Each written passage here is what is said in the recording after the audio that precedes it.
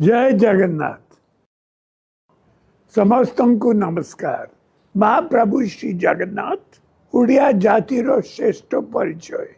प्रति ओडिया जगन्नाथ को स्मरण करी शुभ कार्य आरंभ करिथांती।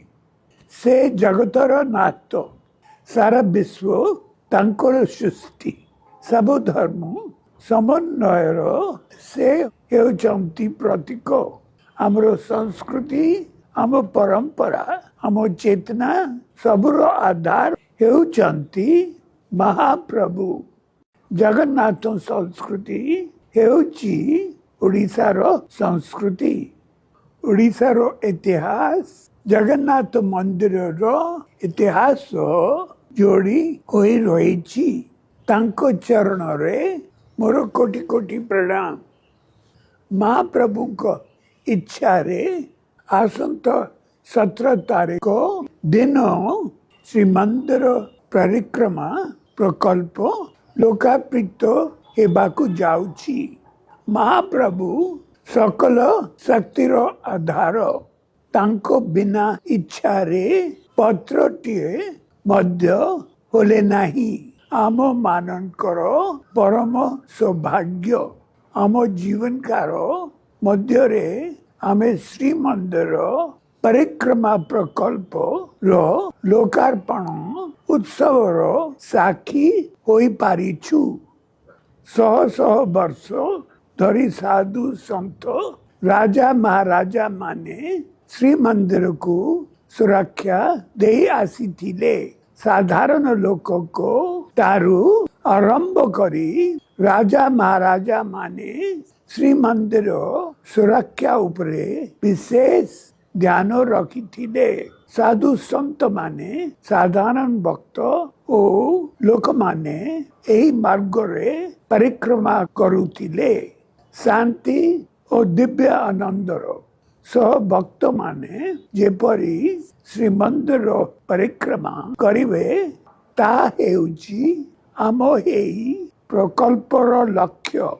गजपति महाराजंको भाषा रे 700 वर्ष भितरे श्रीमंदिर पाई एमिति काम होई नाही। यह हेउची सारा ओडिया जाति पाई एक उत्सवर दिन। तेणु मोर अनुरोध आमे समस्ते एई दिन टिकु एई उत्सव टिकु महाप्रभु को समर्पण करी पालन करिबा। निज निज भाव रे भक्ति प्रकाश करिबा। दीप जालिबा, शंख फुंकिबा, घंट बजाइबा, पूजा करिबा, भजन गान करिबा, कीर्तन करिबा, प्रभु को नाम जप करिबा। सारा ओडिशा रो घरे घरे भक्ति समर्पण आनंद ओ उत्साह सह एई दिनटिकु आमे पालन करिबा। महाप्रभु श्री जगन्नाथ हेउचंती जगतर नाथ।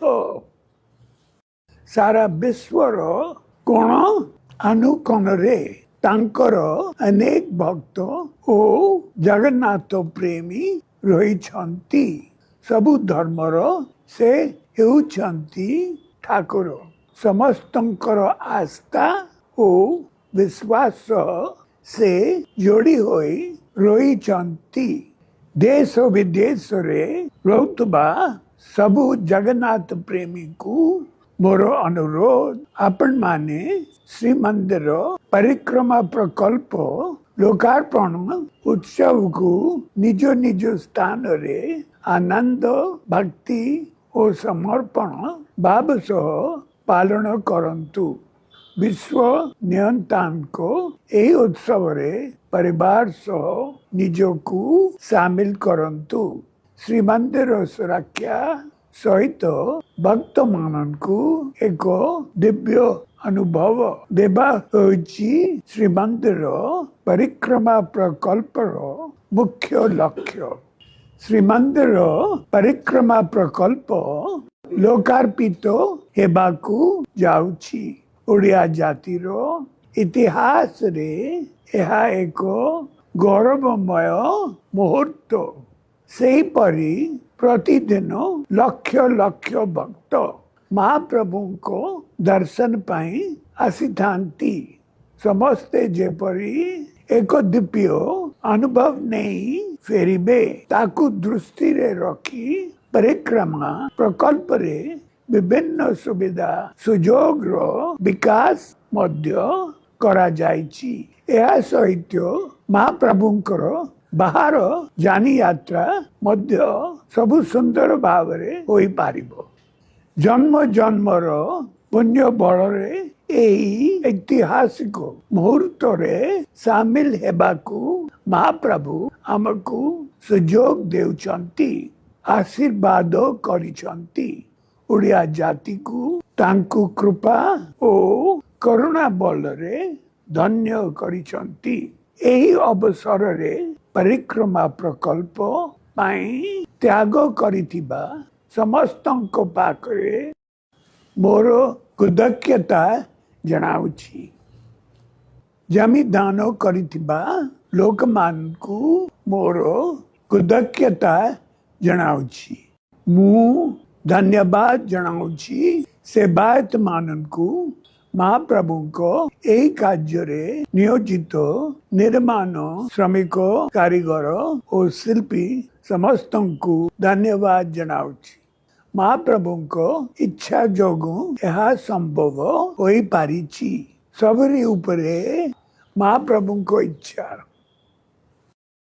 ଆସନ୍ତୁ ଆମେ ସମସ୍ତେ ଆଜିର ଏହି ପବିତ୍ର ଅବସରରେ ତାଙ୍କ ଆଶୀର୍ବାଦ ପାଇଁ ପ୍ରାର୍ଥନା କରିବା। ମହାପ୍ରଭୁଙ୍କ ଆଶୀଷ ଲାଭ କରିବା। ଜୟ ଜଗନ୍ନାଥ।